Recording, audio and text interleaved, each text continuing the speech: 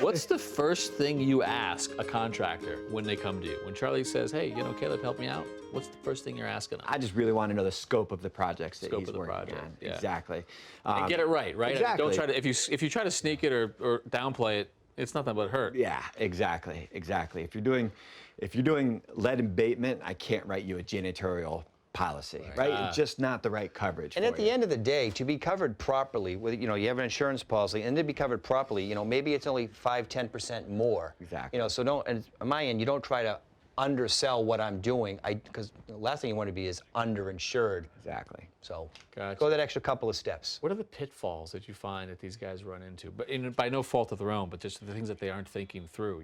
What the changing evolution of? Do they often forget to file the paperwork, or is the price of materials go up, or do the jobs end up being bigger scope than they've told you to beginning? By no fault of their own, they just grow. Like, are those all potential pitfalls? They are, but what I find the biggest pitfall that I run into with my contractors is that just unorganized, right? So they're not asking me. But they're Charlie's not face asking. just went white when he heard organized. What? No. They're not asking for their certificates of insurance. They're not collecting those up front. Yeah.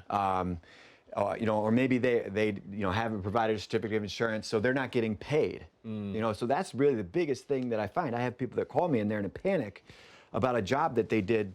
They started this job 3 months ago, and now they've got to get paid for it. So they really want their certificate of insurance. Yeah. But it's one of those things. With a little planning, you can take care of that right away. Okay, good.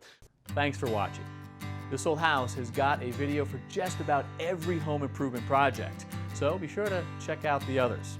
And if you like what you see, click on the subscribe button to make sure that you get our newest videos right in your feed.